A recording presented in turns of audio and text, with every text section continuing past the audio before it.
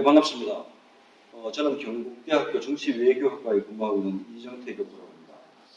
오늘 여러분들께 들려드릴 강의는 중국의 종화주의와 팽창 정책에 관한 겁니다. 현재 강한 중국의 부상을 우리가 보고 있고요. 이 강한 중국이 향후 어떤 방향으로 정책을 이끌어갈지, 또 우리와는 어떤 관계가 있을지에 대해서 오늘 강의 주제로 삼았습니다. 그러면 지금부터 중국의 중화주의와 팽창이라는 부분에 포커스를 맞춰서 이야기를 나눠보도록 하겠습니다.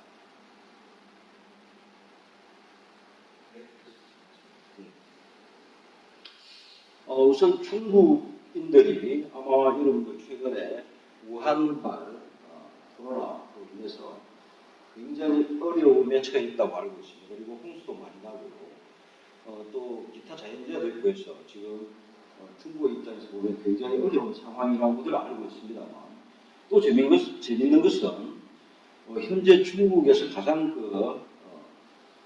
고가로 팔리고 있는 술, 마오타이라든가 우량이라든가 이런 이제 술들을 보면 가격이 계속 올라가고 있습니다. 그리고 판매량도 계속 증가하고 있다고 이렇게 나타나고 있습니다.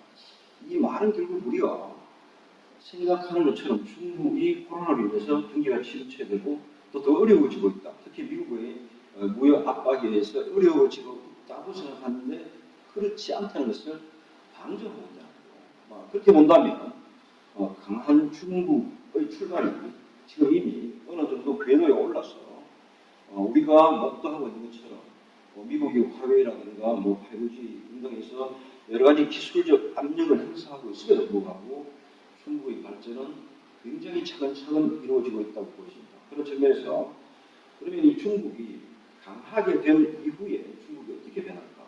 지금 시진핑 이야기한 것처럼 인류 문명 공동체, 다시 말해서 우리는 한 가족이다. 중국이 이룬 것을 전 세계가 나눈다. 이것이 과연 맞을까? 예를 들어서 마스크는 나눌 수 있습니다. 그리고 또 코로나 백신은 나눌 수가 있을 텐데 정말 잘 사는 중국으로 또 중국인들이 더 잘 살게 된다면 지금처럼 그렇게 단순한 나눔으로서, 다시 말해서 중국인과 나머지 세계 사람들이 똑같은 수준에서 나눔을 가질 것인가는 한번 우리가 의심을 해봐야 되는 상황입니다. 그래서 중국 오랜 전통부터 내려오는 이 중화주의라는 것에 대한 이해를 우리가 한번 해볼 필요가 있다고 생각을 하고요. 그리고 최근에 중국이 1대1로라는 큰 프로젝트를 진행하고 있습니다. 그러면 이 프로젝트가 간단히 얘기하면 중국의 영향력과 중국의 힘이 해외로 확대되는 그런 모습입니다. 그럼 이것들은 어떻게 지금 전개되고 있는지에 대해서 우리가 한번 살펴보면 충분히 이해하는 데 도움이 될 줄로 이렇게 생각을 합니다. 우선 1부에서는 이 중화주의와 중국의 꿈이라는 주제로 여러분들 간단하게 중국에 대해서 한번 소개를 하는 시간을 갖도록 하겠습니다. 우선 이제 여기에 PPT에 보면 제가 중국 지도를 이렇게 빨갛게 색칠을 해놨습니다. 그래서 중국 지도를 이렇게 빨갛게 색칠을 하면 여기 나타나는 모습이 바로 아마 여러분들 보시기에 이게 닭의 모습입니다. 닭 중에 이제 우리가 장닭이라고 하죠. 중국 말로는 이제 딱응지라고 이렇게 얘기합니다. 그래서 중국 학생들에게 가르칠 때도 중국의 모습이 장닭을 닮았다. 사실은 닭은 중국이 신봉하는 두 가지 식물 중에 한 가지죠. 용과 공항인데 공항이 닮은 겁니다. 그럼 여러분들 이제 그 그림에 보시기에 중국 지도가 닭처럼 닮았는데 닭을 닮았는데 조금 부족한 게 있죠. 그리고 뭐냐면 뿌리가 굉장히 약해 보입니다. 그러면 저 뿌리 부분이 한반도가 되겠죠. 그러면 만약에 중국이 한반도라는 튼튼한 뿌리를 받게 되면 당연하게 오른쪽에 있는 일본 지도가 되겠죠. 일본 지렁이를 먹게 될 것 같고요. 일본 지렁이를 먹은 중국은 태평양으로 향하게 될 것 같습니다. 그래서 이 중국 중화제국이라는 거대한 플랜을 실행하는 그 첫 번째 목표가 동아시아의 한국과 일본, 간단히 설명을 드리면 미국의 동맹국가들을 원래 옛날 중국의 중화세계권으로 복원시키는 거. 그 다음에 태평양을 가서 미국과 경쟁하거나 또는 미국과 협력을 하겠다는 이야기를 지금 하고 있는 것 같습니다. 그래서 시진핑이 이야기하고 있는 중화의 꿈, 중화지구의 꿈은 바로 중국이 태평양을 건너서 미국 대륙 그리고 유럽까지 포함해서 전 세계의 중심되는 중국이 되고 싶은 게 꿈이 아닌가 생각을 합니다. 이걸 이제 과거에 중국의 역사에서 또는 여러 가지 연구에서 나온 내용들을 보면 그러면 이제 전 세계 중국이 중심된 세계가 어떻게 구성이 되는가를 한번 보면요. 중국에는 아마 천원지방이라고 해서 하늘은 둥글고 땅은 네모나고 이렇게 설명을 하고 있습니다. 결국 이제 이 둥근 땅과 네모난 둥근 하늘과 네모난 땅을 어떻게 구획하는가가 이제 무엇이 이제 중화세계를 구성하는 하나의 체계가 될 것 같고요. 그러면 이 구획을 어떻게 나누냐면 밑에 이제 단계가 있죠. 그래서 이거 보면 사방을 500mm 간격으로 해서 이렇게 나누고 있는데 이것은 문화 수준에 따라서 나누고 있는 이것을 이제 화이관이라고 하고요. 그래서 중국과 이렇게 나누고 여기에는 강한 중화민족의 우월주의가 표현되고 있습니다. 그래서 밑에 단계로 보면 여기 상서에 나온 오복도라고 이렇게 이해를 할 수 있는데요. 그래서 가장 중간에 있는 그 좌우선 축이 있죠. 그래서 황제가 거주하는 바로 왕의 직할지입니다. 이것을 왕기 또는 전복이라고 하고요. 그 다음에 이제 왕의 친인척이나 외척이 거주하는 그 다음 공간이 후복과 수복이고요. 그리고 이제 왕에게 귀속돼서 자치권을 행사하는 지역인데 요복, 황복 등입니다. 그리고 이제 왕권 밖에서 보면 서용, 남만, 동이, 북쪽에서 동서남북에 오랑캐를 두고 있습니다. 그래서 이 전체의 설계에 따라서 중화세계가 구성됩니다. 간단히 얘기하면 이러한 5단계의 문화적 부분을 과거에는 이제 혈연으로 왕을 중심으로 혈연으로 구분됐는데 최근에는 국가 간의 관계로 이것을 적용하고 있는 것을 볼 수가 있습니다. 자, 참고로 지금 이제 중국, 북한, 한국, 중국을 중심으로 해서 북한과 한국이 어떤 관계에 있는가를 한번 살펴보도록 하겠습니다. 자, 그러면 지금 중국이 국가 간의 관계를 구성하는 가장 친한 국가가 혈맹 관계고요. 그거보다 조금 낮은 단계가 전통적 우호협력 관계입니다. 그 다음에 그 밑에 관계가 동반자 관계고요. 또 그 밑에 관계가 설립 우호 관계, 그리고 단순 관계 이렇게 해서 5가지 단계를 과거 오곡도의 근거를 해서 나누고 있습니다. 자, 그러면 한국과 북한은 어떤 차이가 있느냐? 중국을 기준으로 한다면. 자, 그러면 북한과 중국 사이는 전통적 우호 협력 관계에 있는 혈맹 관계 속에 있습니다. 그리고 한국은 아무리 친하게 된 지금 문재인 정부나 그전에 박근혜 정부나 이명박 노무현 정부 보면 동반자 관계라는 틀 속에 있습니다. 물론 이제 6.25 이후에는 단순 관계였죠. 교류도 없고 그리고 이제 약간의 교류 우호 관계가 만들어진 것이 이제 노태우 정부 때 86 아시아 게임 또는 88 올림픽 게임을 준비하면서 설립 우호 관계를 발전됐습니다. 그리고 잘 아시는 것 같이 김대중 정부 시절에 중국을 방문하게 됩니다. 그리고 그때 우리가 동반자 관계로 결정이 되죠. 그래도 협력 동반자 관계였습니다. 그러다가 노무현 정부 들어서 전면적 협력 동반자 관계가 됐고 이명박 정부 들어서 전략적 협력 동반자 관계로 올라갔습니다. 그럼 지금 또 아직은 전략적 협력 이렇게 수식어 붙어도 역시 우리는 동반자 관계입니다. 그러면 이 부분선을 과거 오복도에는 혈연을 중심으로 해서 나누는데 지금 중국과 북한 등 중국과 한국 관계는 여전히 이데올로기를 가지고 나누고 있습니다. 그럼 북한과 중국은 혈맹 내지는 전통적 우호 협력 관계이기 때문에 가족 관계입니다. 그러면 이제 외교에서 전 차이가 다릅니다. 간단히 하면 한국 대통령과 중국의 국가주석이 만나기 전에 외교적 여러 형식을 빕니다. 상호 이슈를 먼저 논의를 하고 언제 어디서 어떻게 만날 것인가를 정하고 그렇게 이제 만남이 성사가 되는데요. 외교가 말 그대로 외교입니다. 그런데 북한 김정은이 방문하거나 또는 그 전에 김정일이 중국을 방문할 때 보면 어느 날 갑자기 집에 가셨어요. 그냥 갑니다. 가서 한 바퀴 돌고 난 다음에 이슈들을 논의합니다. 배가 좀 고프다. 식량을 지원하고 에너지가 더 필요하다. 그러면 석탄이나 석유를 이런 식입니다. 그럼 결국 뭐냐면 북한과 중국 간의 관계는 가족입니다. 우리는 여전히 남이라는 것입니다. 그래서 이러한 관계의 적용을 과거 오복도에 근거해서 여전히 중국이 정책을 펴고 있다는 점에서 현재의 중국을 이해하려면 말 그대로 상서에 기재된 수천 년 전의 중국을 이해할 수밖에 없는 그런 상황입니다. 그러면 이제 우리가 이제 중화주의라든가 또는 중국의 개념에 담겨 있는 뜻을 한번 생각해 보면 우리가 이제 흔히들 중국이라고 이야기를 하잖아요. 그런데 중국 역사에 보면 국가 이름이 중국이었던 국가는 하나도 한 번도 없습니다. 뭐 청이나 명이나 원이나 이렇게 다 있었잖아요. 그리고 지금도 중화인민공화국입니다. 중국이라는 국가가 없는데도 불구하고 왜 중국이라고 하느냐 하면 이 중자의 포인트를 둬야 됩니다. 이 중자는 실제로 여러 가지 중심의 의미입니다. 다시 말해서 시간이 중심입니다. 그리고 공간의 중심입니다. 아까 봤던 그림에 보면 좌우축이라고 되어 있죠. 지금은 좌우축이 그린위치 천문대를 중심으로 해서 영국이 설정한 축입니다만 사실은 중국이 지배하던 중화제국에서는 천자가 거주하던 황금을 중심으로 해서 좌우선의 중심축이 시간이 0의 시점이 만들어졌습니다. 아마 여러분들이 중국을 방문하시면 자금성에 가실 텐데요.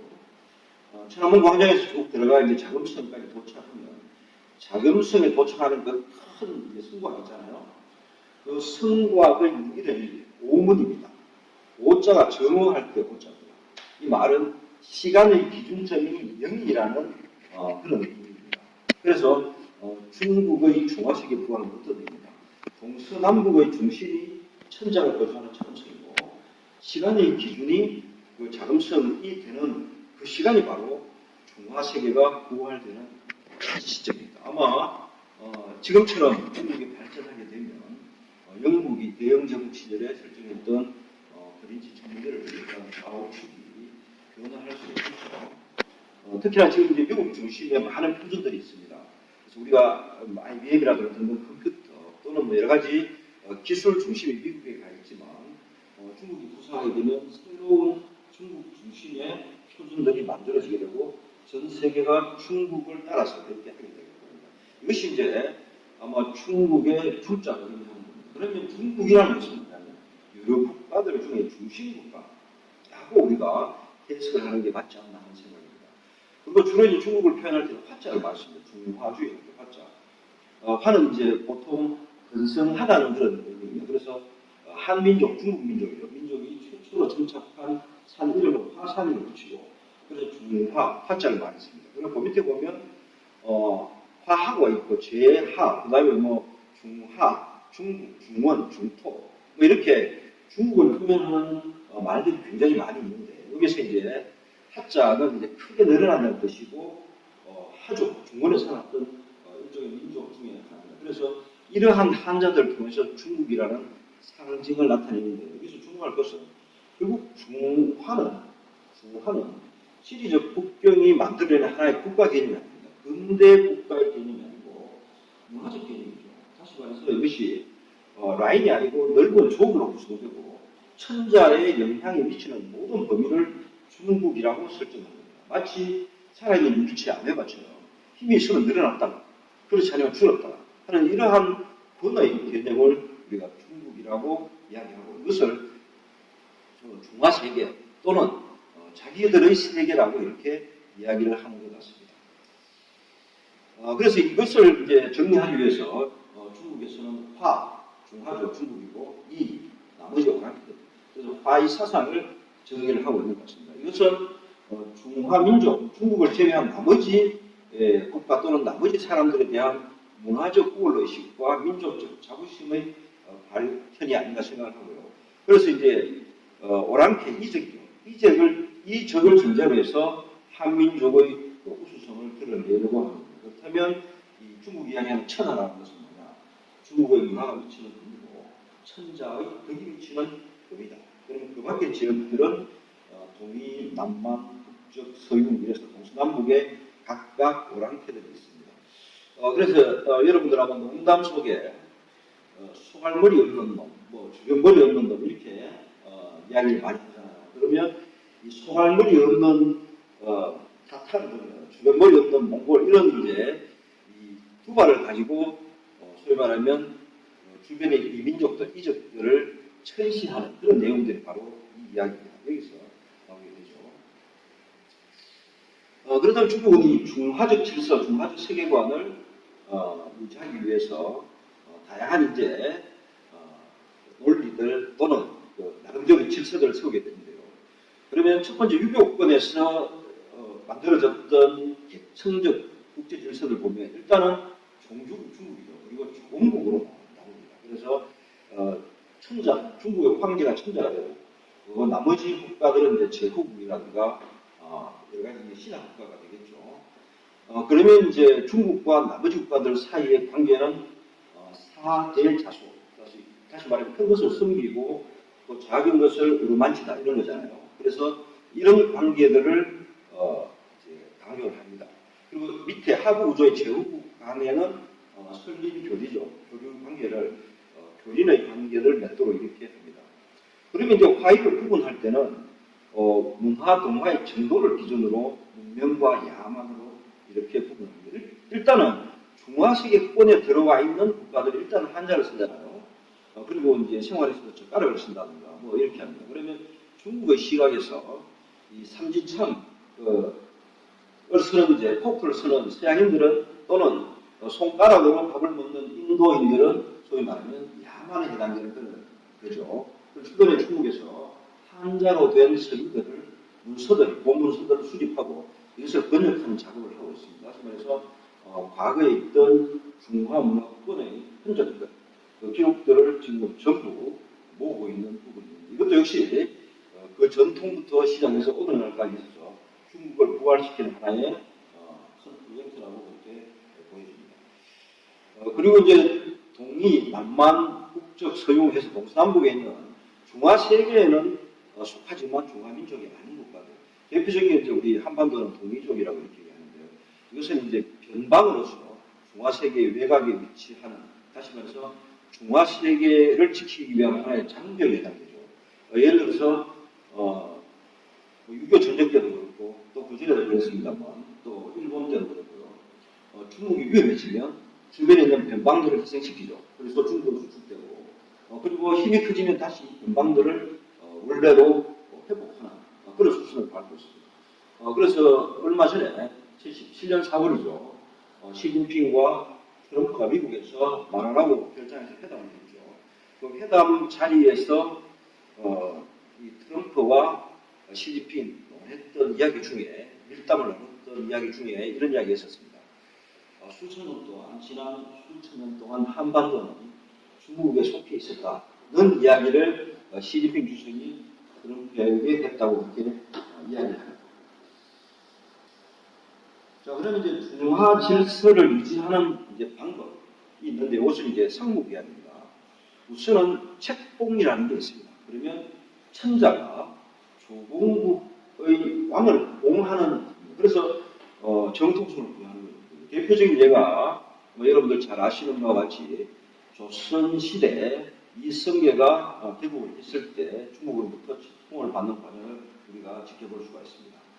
그 다음에 봉삭이라고 있습니다. 봉삭은 소위 말하면 시간의 질서를 따른다는 거거든요. 지금 우리가 쓰고 있는 것은 이제 서기 몇 년이잖아요. 서기 몇 년은 예수가 탄생하는 날짜를 기준으로 시간 단위를 정하는 겁니다. 그리고 우리의 그 전통 그걸 이제 단기로 이야기하죠. 중국에는 과거에 여러분들 아시는 청나라 때는 청조의 달력을 따랐고요. 원나라 때는 원조의 달력을 따랐습니다. 예를 들어서 걸륜 몇 년이라든가 또는 우리가 대한제국으로 독립하고 난 다음에 우리가 또 광무라든가 이렇게 됐죠.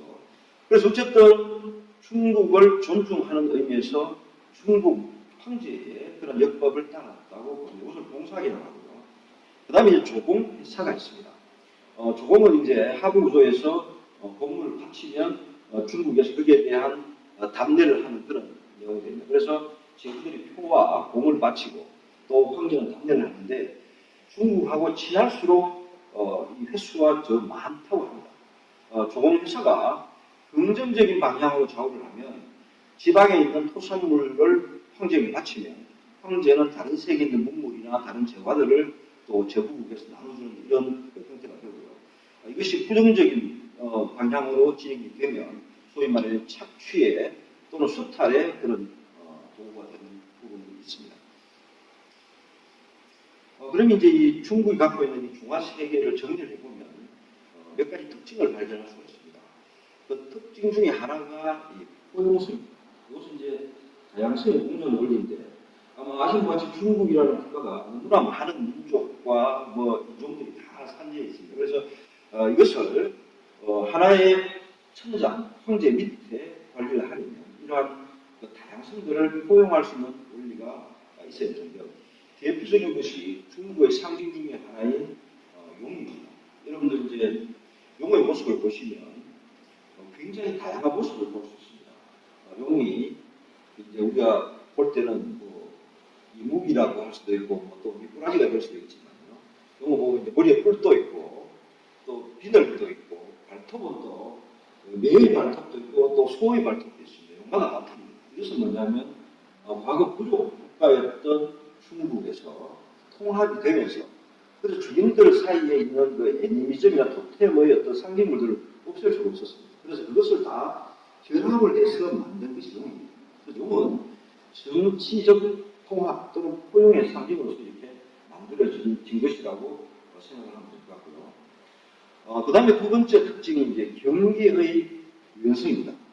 이건 뭐냐면 근대 국가 개념의 획정된 구분선이 아니고 조언으로서 넓은 영역, 영향력을 미칠 수 있는 겁니다. 때문에 근대 이후에 중국 주변에서 엄청나게 많은 지금 분쟁들이 있습니다. 남중국해라든가 또는 뭐 대만까지 포함해서 조도 문제까지 포함해서 우리의 위협 문제까지 이렇게 많은 분쟁이 일어나는 이유가 뭐냐면 확정적이거나 명확한 경계 개념이 없다는 것입니다. 그러면 중국이 국력이 약하고 힘이 없을 때는 축소되었다가 힘이 생기면 이것을 다시 확대해 나가는 겁니다. 대표적인 예가 여러분들 이제 그 50년대에 발간되었던 중공 교과서에 보면 그 중국의 영역을 점선으로 이렇게 찍어놨는데 그 점선 안에 한반도도 포함되어 있습니다. 결국 뭐냐면 한반도도 중국이 수복해야 될 대상 지역 중에 하나입니다. 왜냐하면 중국 중화세계 영역이었다가 근대의 아편전쟁 이후에 중국이 수탈되면서 조금씩 뛰어나간 부분입니다. 그리고 다시 이것을 회복하는 것이 중국의 지금의 꾸준입니다. 중화세계에 복원하는 그런 내용입니다. 그래서 이건 이제 경계의 유연성이라는 부분의 특징이 있고요. 그 다음에 이제 계층을 이제 구분하는 특징이 있습니다. 아까 제가 이제 5가지 정도 순서를 이야기했습니다만 주변에 보면 변방도 제1변방, 또 제2변방, 제3변방 이렇게 구분해내고 있습니다. 그래서 1번 변방은 황해 경제권에서 남북한 중국, 대만, 홍콩 이렇게 포함되고 2변방은 싱가포르나 동남아 또 제3변방은 일본을 포함해서 동북아 경제고 이렇게 해서 계층 구분이 특징입니다. 그러면 중국에서 이야기하는 인류 운명 공동체가 되더라도 중국인들은 최상부 계층에 포함되고 나머지는 이렇게 계층화되어서 서열화 된다고 이렇게 생각하시면 될 것 같습니다. 그 다음에 또 하나의 특징인데 확대, 다시 말해 동화 또는 흡수를 통해서 이렇게 확대하는 겁니다. 저는 이제 이러한 중국의 방식을 표지에 물이 스며든 것처럼 스며든다고 표현합니다. 인필트레이션이라고 하는데요. 이것은 이제 중국이라는 국가의 국가 영향이 갈 수도 있지만 작은 물건이나 또는 개인이 확대되면서 서서히 중국화되고 있는 그런 상황을 이야기합니다. 예를 들어서 여러분들 가정에 지금 테이블 위에 올라가는 거 보면 참기름부터 시작해서 수시개까지 전부 중국제입니다. 그전에는 우리께서 이제 지금은 없어졌잖아요. 특히 라이터, 푸티나 라이터 없어졌습니다. 중국제가 아니면 우리가 살 수 없는 상황이 됐습니다. 결국 서서히 이렇게 중국화되고 결국 이게 테이블이나 우리가 식당이 바뀌면 입맛이나 음악이나 영화나 이런 것들이 다 중국화 되어가고 있는 중입니다. 이렇게 이제 중화세계가 갖고 있는 특징이 바로 끊임없는 동화와 흡수를 통한 확대입니다. 그래서 오늘 주제도 우리가 팽창이라는 화두를 꺼낸 이유가 바로 이런 부분에 있습니다. 그러면 중국이 강하면 강할수록 다 같이 한 가족이 된다고 하지만 그것은 중국의 색깔을 가진 한 가족이 된다는 그런 이야기죠. 그 다음에 또 한 가지 특징인데 위체적인 변방 관리입니다. 말씀드린 것처럼 권의 관련 자기 능력이 저하되거나 하면 변방을 축소하거나 희생시켜야 됩니다. 그럼 대만도 그렇고 우리 한반도도 그렇습니다. 그런데 만약에 중국이 힘을 복원한다면 다시 대만도 또 한반도도 찾아내야 된다.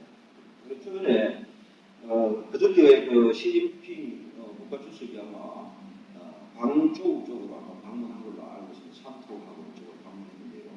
그리고 대만 문제에 대한 메시지를 던지는 겁니다. 왜냐하면 미국이 지금 선거에 참여에 있어서 가장 취약한 시점이죠. 그래서 대만이 이제 소위 말하면 위험한 상황입니다. 그래서 시진핑 주석이 그 앞때 마오쩌둥부터 시작해서 덩샤오핑까지 포함해서 이러한 엘리트 그 정치 리더십보다 더 뛰어난 업적을 만들면 중국의 역사에 큰 전환점을 만들 수 있을 겁니다. 그 사업이 뭐냐면 1대1로 사업이 바로 또 하나가 바로 대만을 전환합니다. 그러면 아마 시진핑은 마오쩌둥, 덩샤오핑, 시진핑 이렇게 해서 신중국을 이끄는 리더 세 사람을 하나의 포인트가 될 수가 있습니다. 그래서 아마 시진핑 정부가 그 꿈을 꾸고 있는 것 같아요. 그래서 최근에 대만에서 굉장히 긴장을 하고 미국도 선거를 하면서 대만을 관리하기 굉장히 지금 노력하고 있는 걸로 알고 있습니다. 물론 이제 미국 대통령 선거 과정에서 많은 허점들이 이제 드러나잖아요. 한반도 문제도 그렇고 또 주변에 이란이라든가 또 중동 관련 문제도 그렇습니다만 중국도 이 기회를 최대한 노리고 있는 것 같습니다. 어쨌든 중화세계라는 부분이 이러한 이제 5가지 정도의 특징으로 정리가 될 수가 있습니다.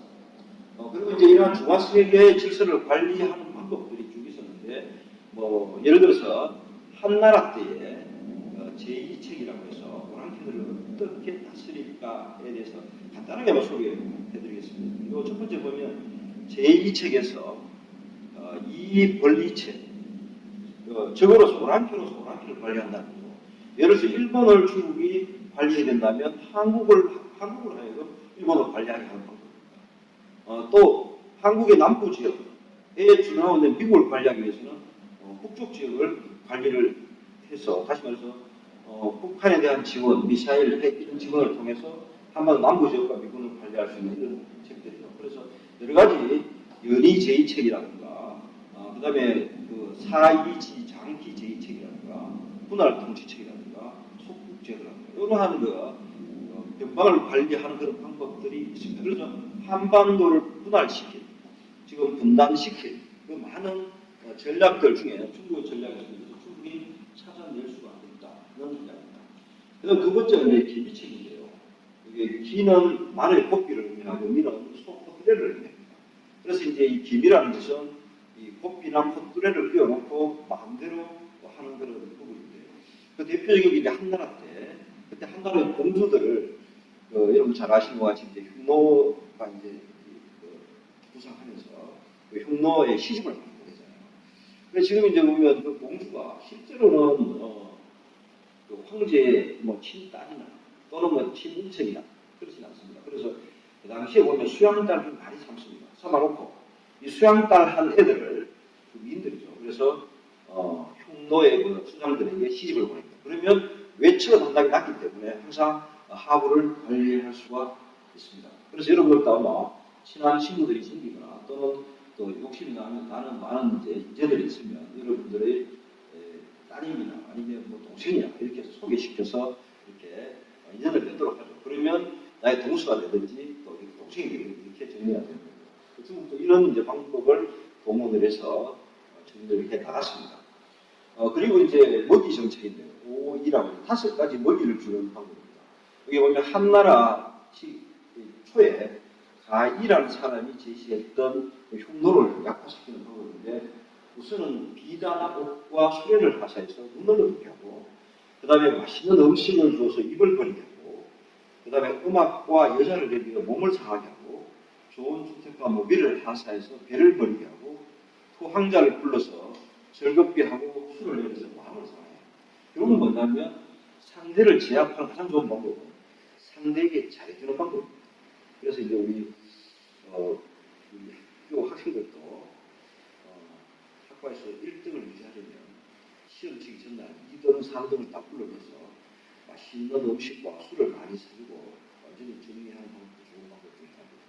어쨌든 이 중화세계 질서를 관리하기 위해서 중국이 역대 중국의 수많은 정책들, 전략, 병법가들이 있어 왔다는 것을 말씀드립니다. 그러면 지금 시진핑 정부는 수천 년의 중국이 만들어 놓은 노하우를 지금 시점에서 다 재해석해서 풀어내서 적용을 하고 있습니다. 그것이 이제 그렇게 만들어지고 있는 것이 바로 1대1로라는 정책입니다. 그러면 이제 신중국 등장 이후에 이제 우리가 잘 아는 마오쩌둥과 시진핑을 소개를 합니다. 그래서 시진핑은 아주 노골적이고 구체적으로 중국 꿈을 자꾸 이야기합니다. 그 중국 꿈이 뭐냐? 결국 위대한 중화의 부활이라고 이야기를 합니다. 그러면 지금 이제 중국이 가지고 있는 국가의 목표가 있습니다.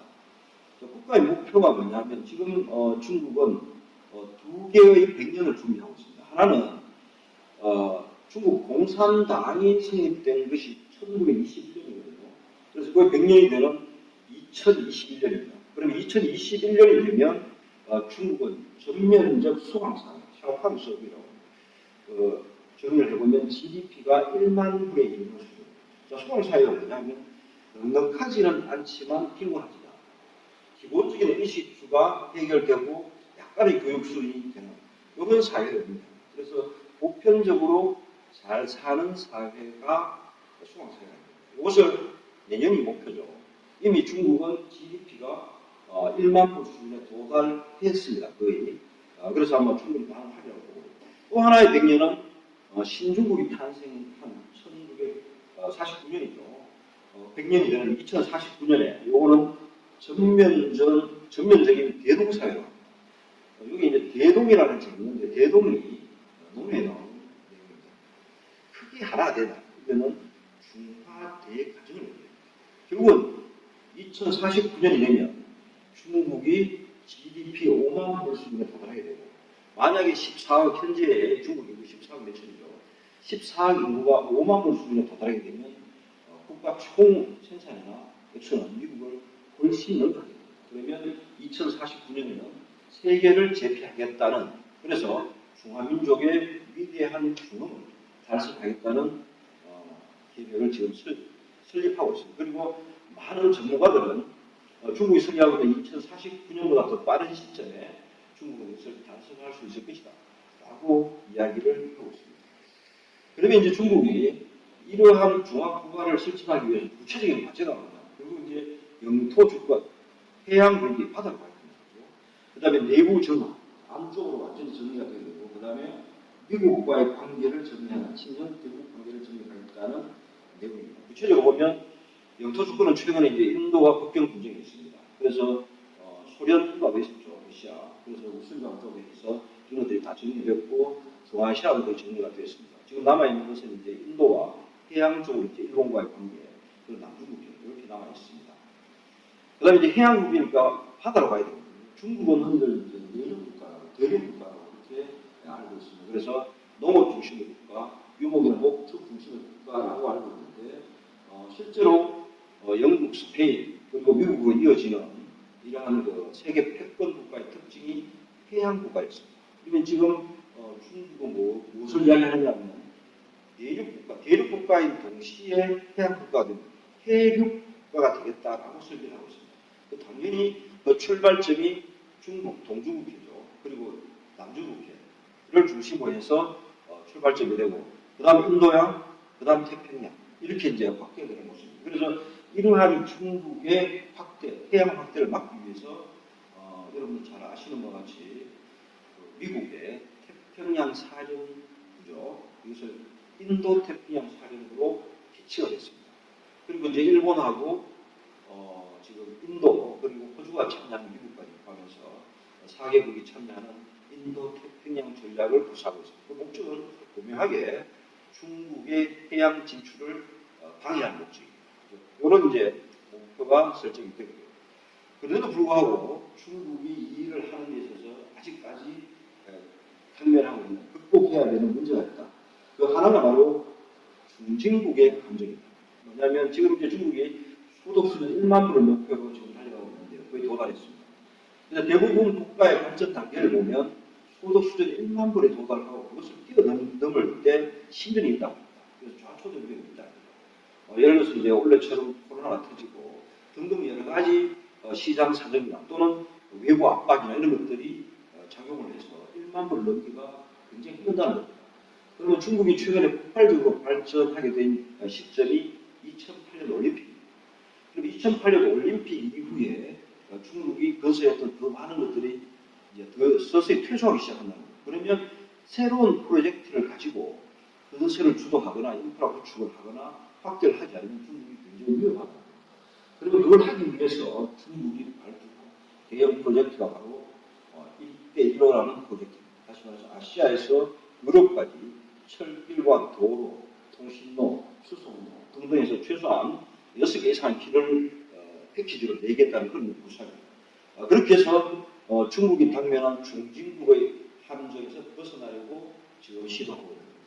또 하나는 뭐냐면 결국 중국이 강해지면 기존의 패권을 가졌던 미국, 우리 이제 동아시아라고 하면 샌프란시스코 체제를 주도했던 미국과 부딪힐 수밖에 없는 입장입니다. 그러면 이것을 이제 투피디레스의 함정이라고 이야기를 하죠.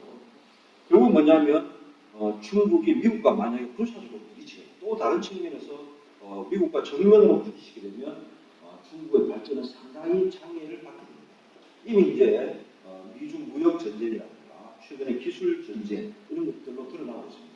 자, 이런 부분에서 미국과 부딪히지 않고 어떻게 가는 게 맞는가에 대한 답을 중국이 지금 찾고 있습니다. 그 답 중에 하나가 바로 이것이 1대1입니다. 결국은 태평양으로 가서 미국과 부딪히지 않고 중국 내륙으로 가서 중아시아를 거쳐서 유럽으로 연결되는 그러한 대륙 교통을 망을 이렇게 지금 만들려고 합니다. 그러면 중국이 이 경제적으로 중진국의 함정에서 벗어나고 군사적으로 미국의 방어에서 회피해서 발전을 계속 추진할 수 있다면 중국이 원래 설계했던 것처럼 2049년에 소득 수준 5만 불에 해당되는 강력한 중국으로 등장을 할 수 있으리라고 중국은 생각을 하고 있습니다. 이것을 정리해보면 현 체제의 불만 반대로 중국이죠. 그리고 지금의 체제가 미국에 대해서 충돌 가능성을 우리가 생각할 수 있습니다. 자, 그러면 중국이 설계하고 있는 소위 말하면 이 팽창을 하기 위해서 필요한 중국의 빛의 실전 도구가 무엇일까를 한번 찾아봅시다. 가능성이 있는지 없는지 한번.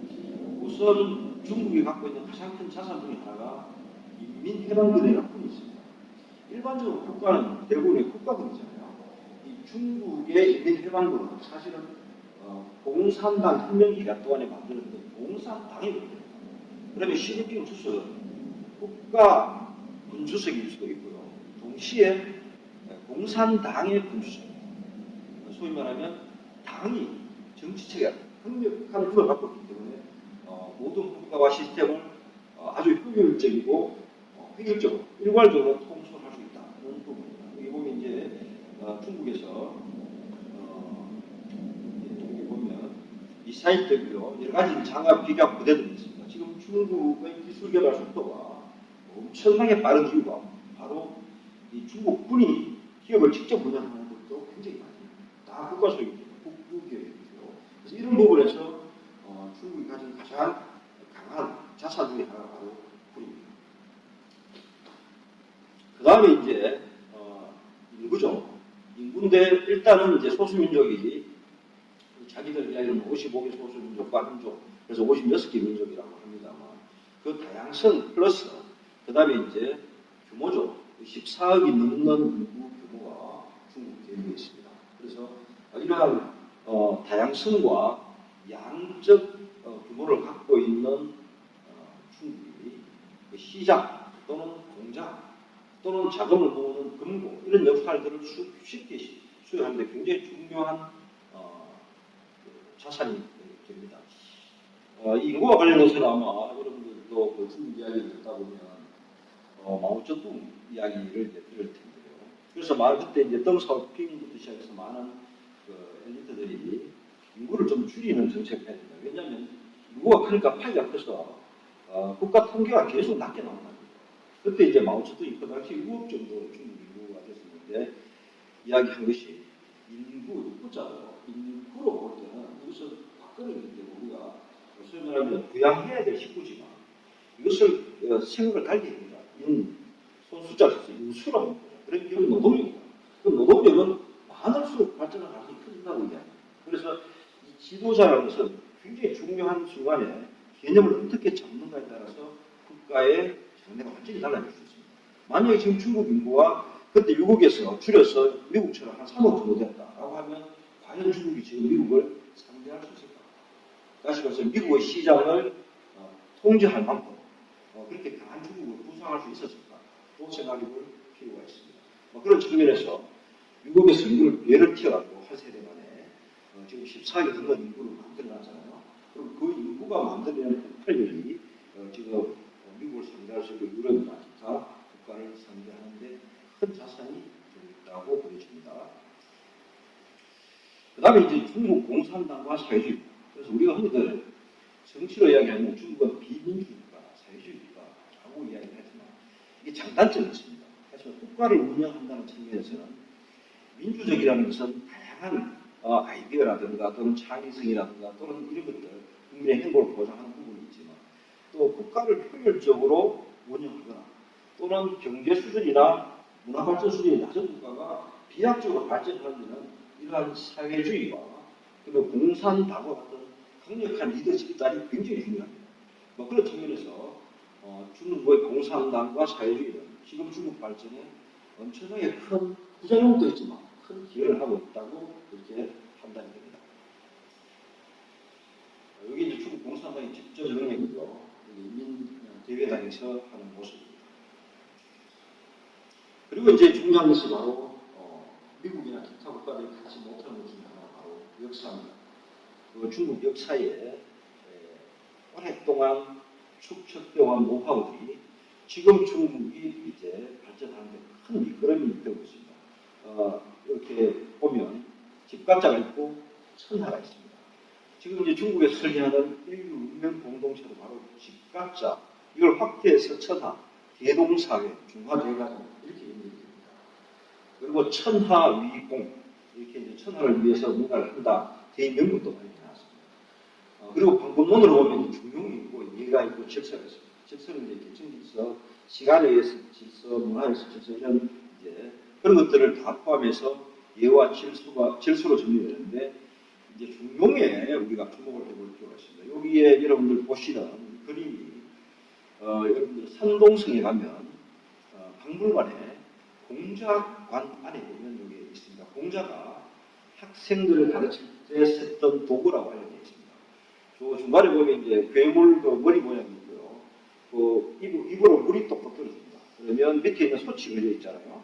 그러면 소치 그 중간에 이 사슬로 연결되어 있기 때문에 물이 어느 정도 차면 소치가 이렇게 뒤집어집니다. 그러면 이제 소치 뒤집어지는 걸 보고 뭐라고 이야기하냐면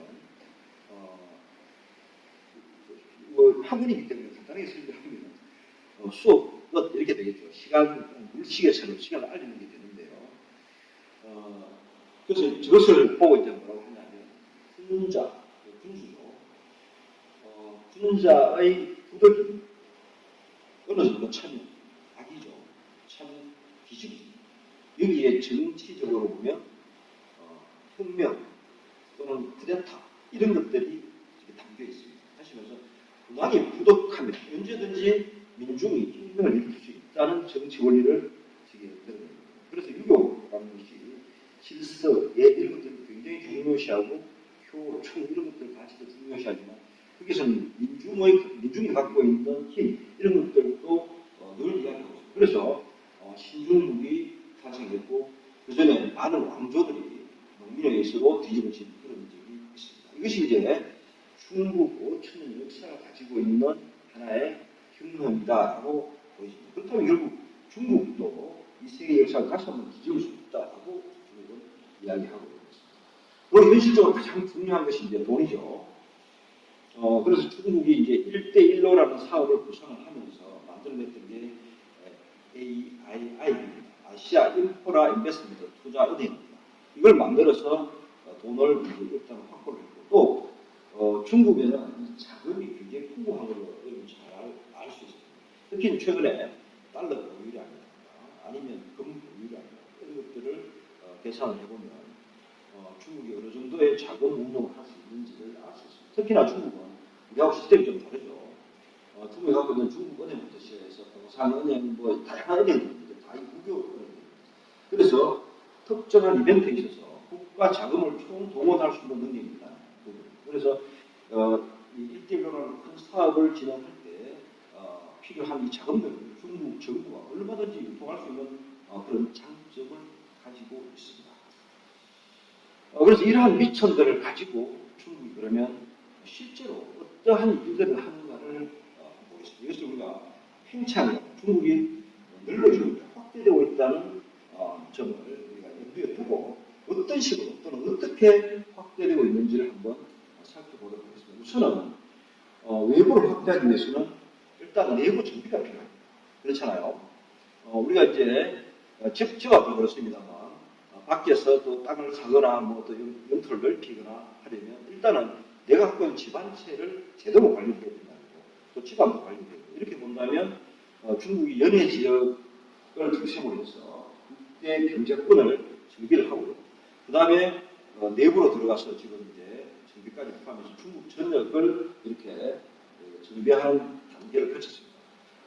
그리고 이제 확대하고 있는 부분이 여기 이제 여러분 보시는 그 내용이 동북 삼성 지역입니다. 그리고 그 북한하고 접경 지역이죠.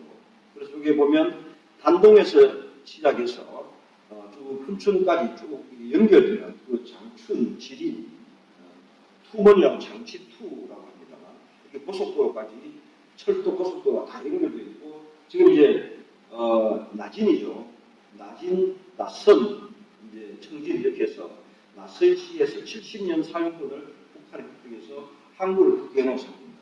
결국 이미 중국은 동북 삼성으로 내려와서 북한 지역으로 나와서 우리의 동해로 나올 수 있는 출구, 소위 말하면 일본 또는 블라디보스톡이라든가 또는 한반도 남부 지역과 연결될 수 있는 길을 만들어 놨습니다. 결국 이제 유사시에 우리가 작게 오공 위치를 가지고 있는 것처럼 중국도 유사시에 북한에 언제든지 진입할 수 있는 준비가 되었다라고 우리가 생각을 할 수가 있습니다.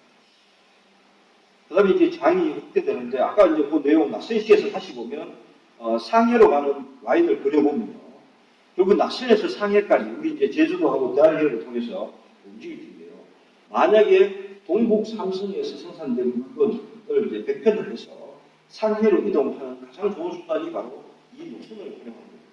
그러면 서서히 한 대 지나가는 것하고 하루에 수백 대가 지나가는 것하고 차이가 있습니다. 만약에 전복되거나 해상 사고가 일어나면 어떤 일이 생기느냐면 결국 한국의 남해안에 있는 엄청나게 우리가 큰 그 다도해에 있어서 어장들이 또는 그 청정해역에 오염될 수 있습니다. 누가 책임질 것인가 이런 문제가 있습니다. 이와 관련해서 결국 중국이 한국과 관련해서 해상 사고를 방지하기 위해서 공동의 방어망을 만들자. 해양 경찰 협력이라든가 또는 해양 보건 협력, 구제 협력을 하자는 이야기가 있을 수 있잖아요. 그럼 자연스럽게 중국이 동해와 우리 서해에 군을 배치하고 나중에 경찰을 배치하고 해서 중국의 영향권 하에 들어갈 수밖에 없는 상황입니다. 이렇게 해서 중국의 영향권이 지금 점점 커지니까 최근에 나타나는 많은 문제들 중에 하나가 중국의 선전이 지금 서해안이나 또는 대화 대위에 있죠. 북한 수역에 진출을 해서 거기를 남획하고 있는 그런 상황이 벌어지고 있습니다. 이것이 바로 중국의 힘, 그 장악이 확대되면서 한반도와 일본까지 가는 그런 상황입니다. 자, 그 다음에 이제 이 부분은 해양 확대 중에 방공식별구역에 관련된 겁니다. 이거는 2013년에 여러분 기억하실지 모르겠습니다. 어느 날 갑자기 중국에서 11월 23일입니다. 저기 붉은 선이 그려졌잖아요.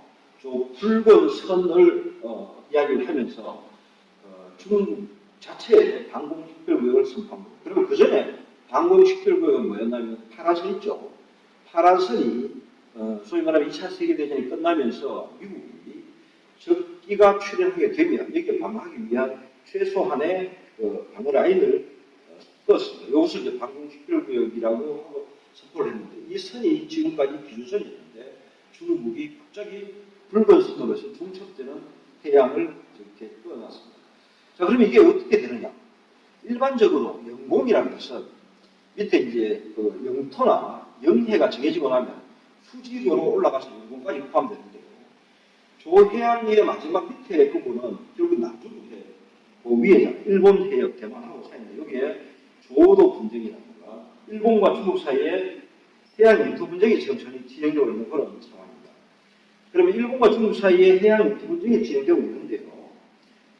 아직 저것이 마무리되지 않았는데, 다시 말해서 바다의 경계선이 획정되지 않았는데 중국에서 하늘을 획정시킵니다.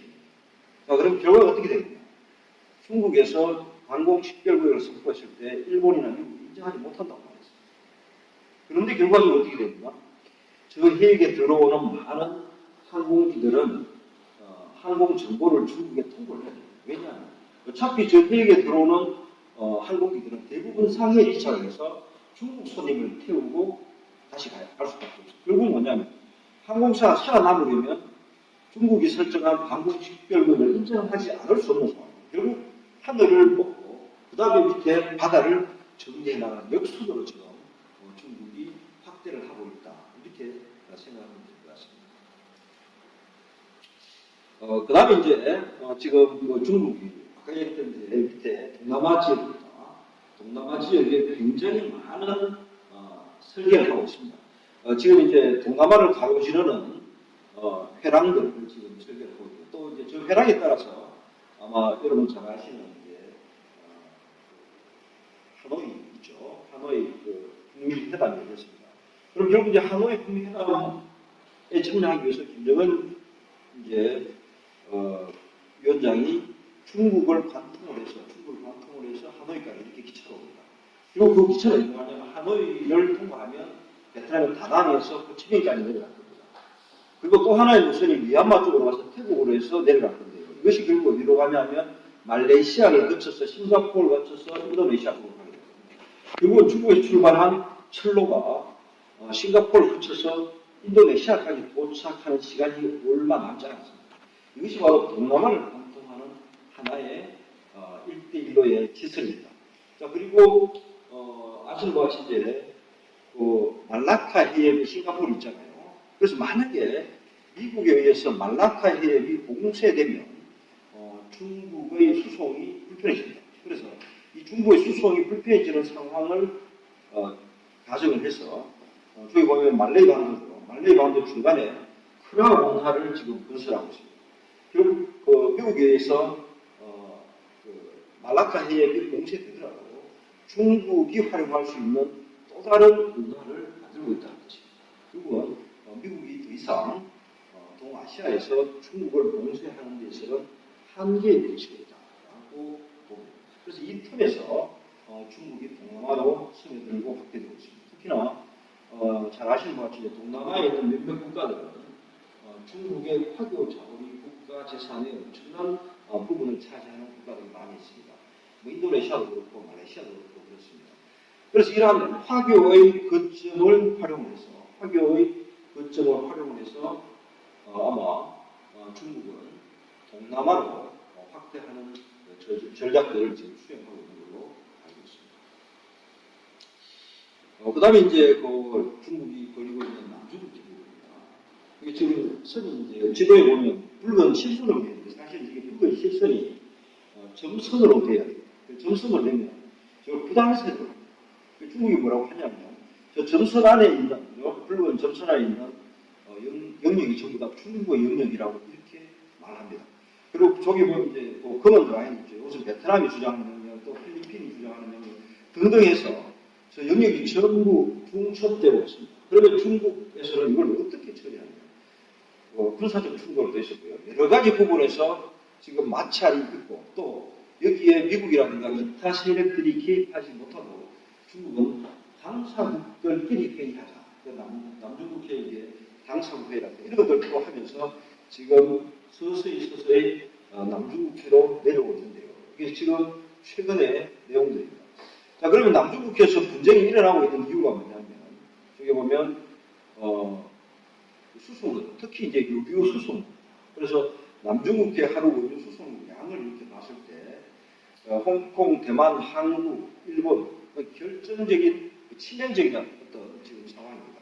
때문에 남중국해가 중국이 예를 들어서 뭐 미국의 또 다른 누구의 특정 국가의 손아귀에 들어가게 된다면 나머지 국가들도 굉장히 어려워집니다.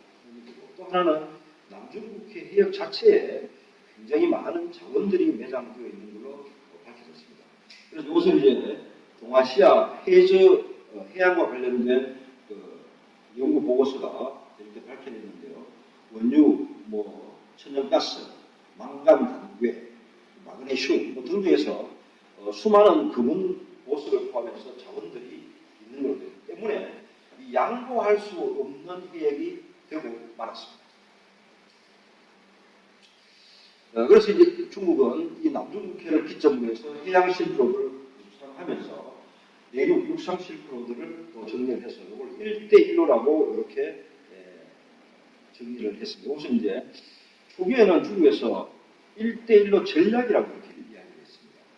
전략은 의도가 있다. 그러니까 많은 국가들이 1대1로가 지나가는 국가들이 중국이 우리를 침략하는 것 이렇게 해석을 하게 되죠. 그러니까 중국에서 최근에 뭐라고 이야기하냐면 1대1로 스트라티지 대신에 이니셔티브라는 용어를 씁니다. 창의라고. 1대1로 만들자 하고 내가 추천할 뿐이지. 강제하는 걸 아니다. 너희들이 같이 동참을 하면 같이 하고 그렇지 않으면 안 하도 좋다 이렇게 이야기합니다.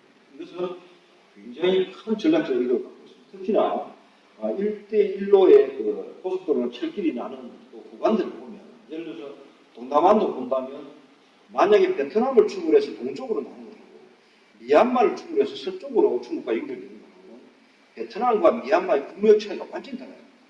소위 말하면 아프리카의 아주 오지에 도로가 하나 생깁니다. 그럼 도로를 건설하기 위해서 노동자들이 묵을 수 있는 숙소가 생기고 그 숙소에는 전기, 수도시설 이런 것들이 인프라가 만들어집니다. 그러면 시간이 지나면 이 하나의 작은 도시가 형성되고 도시가 형성되면 전기공업이 하기 때문에 문화시설이 보입니다. 그러면 전혀 아무것도 없던 아프리카의 오지에 큰 도시가 하나 생깁니다. 그럼 도시가 생기면 자연스럽게 노동력이 모이고 노동력이 모이면 기술 산업이 직접 되겠잖아요. 그러면 길 하나가 났을 뿐인데 세상이 달라집니다. 이런 것들을 사실은 목도하고 있습니다. 그래서 또 한 부분은 부작용도 많이 있습니다. 그 해당 국가가 부채에 시달린다든가 또는 중국 노동자들이 진출하면서 각종 사회 문제도 지금 발생되고 있습니다. 그러나 어떤 사회가 빚이 없던 사회가 전기를 가지고 또 휴대폰을 가지고 또 TV를 가진다는 것은 전혀 다른 생활의 즐거움을 가질 수 있는 수준입니다. 이것을 누가 만들어주느냐? 결국은 중국이 만들어주고 있습니다. 이런 부분에서 1대1로에 대한 평가를 우리가 다시 한번 해볼 필요가 있는데요. 우선 1대1로 여러분들 지도에 보시면 제가 간단히 설명하면 육상 실크로드와 해상 실크로드를 아시아에서 중국에서 유럽까지 연결하는 그런 프로젝트입니다. 그러면 우선은 고속철이 날 것이고 일반 철도가 날 것이고 그 다음에 이제 고속도로가 날 거고 그 다음에 송유관이 그 다음에 전기관이 날 것이고 가스관이 날 거고 그 다음에 통신관이 날 것이고 그 다음에 항공로가 날 겁니다. 그러면 최소한 6개 이상의 길들이 축으로 나면 결국 아시아와 유럽 사이가 하나의 생활 공간으로 된다는 얘기입니다. 그럼 여러분들 간단하게 한번 생각을 해보시면 지금 저 중국이 있고요. 유럽이 있습니다. 그러면 이제 중국에서 유럽까지 고속도로가 난다고 생각을 해볼까요? 그러면 고속도로는 아마 여러분 운전해 보시면 30분 정도 운전을 하게 되면 반드시 필요한 게 휴게소가 필요합니다. 화장실이 있어야 되고 주유소가 있어요. 요즘 또 쇼핑 공간도 또 휴게공간도 타는데요. 만약에 중국에서 유럽까지 고속도로에 휴게소를 건설한다면 몇 개가 건설되게 될까요? 엄청난 숫자의 휴게소가 건설되게 될 겁니다. 그러면 대한민국 입장에서 이 게임에 참여를 한다면 이 사업에 대한민국이 그 길을 닦고 휴게소를 건설하는 데 있어서 대한민국이 가장 잘하는 어떤 분야에 우리가 투자를 할 수 있을 겁니다. 그 대표적인 게 화장실이겠죠. 그러면 유럽에서 아시아, 중국에서 유럽까지 있는 모든 길에 화장실은 대한민국이 관리한다고 하면 대한민국이 취할 수 있는 이득은 엄청나다고 보여집니다. 특히 최근에 이제 도로 건설에 있어서 터널 공사 이런 것들 공부 한국이 최고의 수준에 이르렀습니다.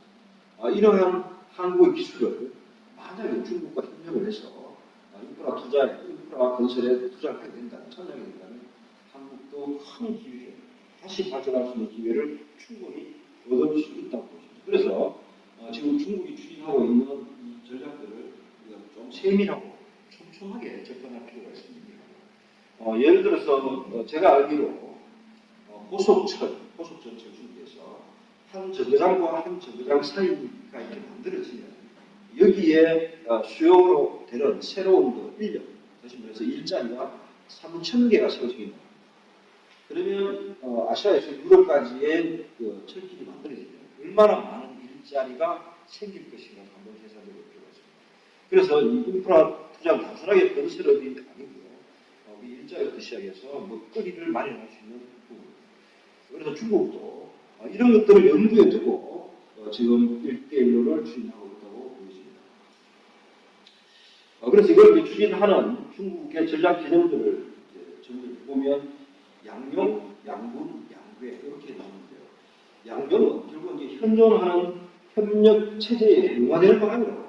그래서 미국과 부딪히지 않고 같이 가겠다는 그런 이야기를 하고 있습니다. 이것을 양용이라고 하고, 양분이라는 것은 결국 이제 이익도 공유를 하고 동시에 책임도 공유합니다. 그러면 미국과 중국이 이익과 책임을 공유하게 되면 결국 협력하는 시스템.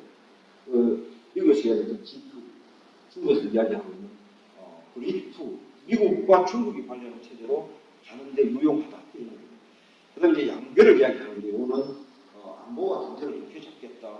또는 양자관계와 다자관계를 동시에 잡겠다. 그리고 남중국해와 인도양을 동시에 잡겠다. 그래서 이런 것들을 통합해서 중국은 1대1로 다시 말해서 육상 실크로드와 해상 실크로드를 결합하겠다는 전략을 세우고 있습니다. 그럼 여기 이제 정리를 해보면 결국 이제 미국과 중국이 공동으로 관리하는 세계 관계 체제를 구성하고 있는데 G2라는 것은 미국에서 지속적으로 이야기를 해왔습니다. 다시 말해서 미소가 관리하던 양극 체제에 소련 대신에 새로운 파트너를 찾는다면 누굴까? 결국 이제 중국을 얘기했지 않았고, 중국이 G2라고 상하라고 구분이 있으면 안 된다. 그러면 관계를 다시 정리해 볼 필요가 있다. 그럼 어떤 관계가 좋냐 해서 중국에서 제안한 것이 신흥 대응관. 어떤 얘기냐면 미국과 소련이 지배하던 체제에서 양극 체제에서는 시장을 분할하게 되어 있습니다. 그래서 소련의 시장과 미국의 시장을 나누어서 관리하고 있습니다. 그러다가 결국은 시장 체제에서 우월한 자본이 기술이 우월한 미국이 승리를 하게 됩니다. 때문에 중국은 이런 모델을 이끌어서는 안 되겠다. 그러면 어떻게 하냐? 새로운 대국 관계. 결국은 뭐냐면 냉전처럼 군사적 패러다임으로 양분된 시장으로서는 안 된다. 그건 뭐냐? 경제 패러다임으로서 시장을 통합하자. 다시 말해서 미국도 중국 시장이고 중국도 미국 시장이다. 그러면 중국도 미국의 하부 구조에 가고 미국도 중국의 하부 구조에 간다. 이렇게 해서 시장을 공유하게 되면 경쟁이 점점 더 강화되지만 중국으로서는 굉장히 유리한 게임을 할 수 있다. 첫 번째는 군사 안보적 위협에서 자유로울 수 있다는 거죠. 그렇다면 좀 더 안정적으로 중국이 시장에 몰입할 수 있는 상황이 됩니다. 이런 부분에 대해서 중국이 지속적으로 이야기를 하고 있고요. 그러면 미국에서 좋다 그러면 중국 누가 원하는 대로 시장을 한번 통합해보자. 그렇지만 게임의 룰을 조정해야 됩니다. 그래서 지금 미국과 중국 사이에 무역 전쟁이 진행되고 있는 것은 시장에 대한 새로운 게임의 룰을 짜자는 그런 이야기입니다. 소위 말하면 중국 국가 보조금이라든가 또는 여러 가지 이제 임금 문제라든가 해서 불공정한 무역이 될 수밖에 없는 상황입니다. 게임은. 때문에 이 게임을 정리를 하자는 것이 바로 미국과 중국 사이에 진행되고 있는 무역 전쟁입니다. 결국 무역 전쟁이 있다는 것은 무역 전쟁입니다. 있다는 것은 관세가 25%가 붙든지 붙지 않든지 상관없이 물건은 이동할 수 있다. 시장을 봉쇄하는 것이 아니고 무역 전쟁은 시장을 오히려 활성화시키는데 기여를 한다는 겁니다. 바로 그것을 우리가 자칫 잘못해서 가면 미국과 중국 사이에 전쟁이 나고 시장이 단절될 것이 아닌가라고 생각하는데 이것은 잘못된 해석입니다. 미국과 중국 사이에는 반드시 협력할 수밖에 없는 그런 기제입니다. 그래서 G2에서 양자가 동맹의 성격을 전환해서 군사 동맹에서 경제 동맹으로 갈 수밖에 없는 상황입니다. 그 다음에 여기 보면 이제 경쟁 장치의 협력들이 있는데 미국과 중국 사이에 아시아 태평양 경제 공동체로 APEC도 있고 IMF, 월드뱅크, TPP, RCEP, AIIB 등등해서 많은 협력 기제들이 중첩되어서 만들어지고 있습니다. 여기에서 미국과 중국은 서로 경쟁하면서 협력을 하는 그런 기제입니다. 얼마 전에 타결되어 있는 RCEP가 있습니다. 리저널 컴프레hen시브 이코노믹 파트너십에서 포괄적 지역 협력 동반자 관계죠. 이렇게 해서 동남아시아 10개국의 한중일 상국이 들어가고요. 또 호주하고도 들어갔죠. 일본, 뉴질랜드까지 다 들어갔습니다. 또 이제 TPP가 있습니다. 물론 이제 트럼프 대통령 등장하고 난 다음에 미국이 탈퇴를 했지만 여전히 일본을 중심으로 해서 미국과 또 미국과 거래가 가능한 국가들이 그 TPP에 가입을 하고 있습니다. 그러면 저기에 중첩된 국가들이 싱가포르, 말레이시아, 베트남, 브루나이라든가 일본, 호주, 뉴질랜드 이런 국가들은 RCEP에도 포함되어 있고 TPP에도 포함되어 있습니다. 결국 미국과 중국 사이가 단절된 것이 아니고 이러한 기제들을 통해서 지속적으로 연결되고 있다. 결국은 협력하고 있다고 우리가 해석을 할 수가 있을 것 같습니다. 이렇게 한국은 그러면 RCEP에 포함되어 있는데 지금 TPP에는 포함되어 있지 않습니다. 재밌게도 보면 일본은 양측 모두에도 포함되어 있습니다. 자, 그러면 이제 시진핑은 이러한 1대1로를 설계할 때 어떤 개념을 가지고 있느냐. 자, 길이 남다. 이 길이 나는 것은 단순하게 상품이나 또는 사람 이동하는 정도뿐만이 아니고 경제, 정치, 문화, 사회 그리고 생태문명은 이제 환경이죠. 이러한 5가지가 한꺼번에 간다. 이것을 고위일체라고 이야기합니다. 그래서 도로를 내는 작은 도로뿐만이 아니고 모든 국가의 역량이 동시에 이동할 수 있다. 그러면 길에서 수많은 국가의 역량들이 융화되거나 화합되거나 충돌하거나 했을 때 결국 시간이 지나면 어떤 모습이 될까? 이것이 이제 우리가 궁금해하는 거예요. 결국 중국의 의도는 시간이 지나면 지날수록 이 길은 빨간색으로 물들고 전 세계가 중국화되지 않을까. 그래서 중화대 과정을 이루게 되지 않을까 하는 것이 중국의 생각인 것 같습니다. 실제로 이제 고속철 실크로드가 지금 이제 가동이 되고 있습니다. 여기서 쉬조우에서 출발해서 런던까지 가고요. 그 다음에 이제 스페인까지 갑니다. 그러면 이러한 고속철이 이제 각 구간마다 전체 구간도 있는데요. 각 지역마다 구간별로 또 건설되고 있습니다.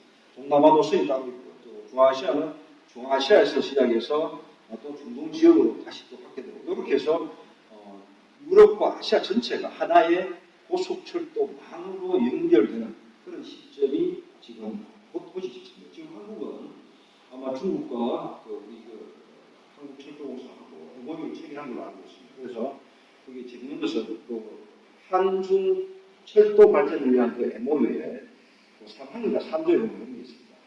제3국의 철도 발전을 위해 협력한다. 이런 소문을 쫓아다녔습니다. 이거 뭐냐면 한국과 중국 사이 제3국은 북한이잖아요.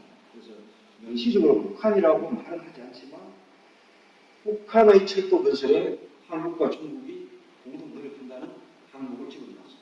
결국은 뭐 중국에서 출발해서 베이징에서 고속철을 타고 어디까지 부산까지 도착할 날이 얼마 남지 않았습니다. 그렇게 생각을 하는 거예요. 그러면 중국은 우리 동해선하고 그 다음에 단동을 지나는 신의주에서 단동을 지나는 것을 타고 해서 아마 서울까지 두 가닥이 우리 한국에 도착을 해서 대구를 지나서 그 다음에 부산으로 가는 것도 있습니다. 그 다음에 그 연결되면 부산에서 아마 그가대교를 지나서 그제도 지나면 일본으로 연결될 날이 멀지 않아라고 우리가 생각할 수가 있습니다.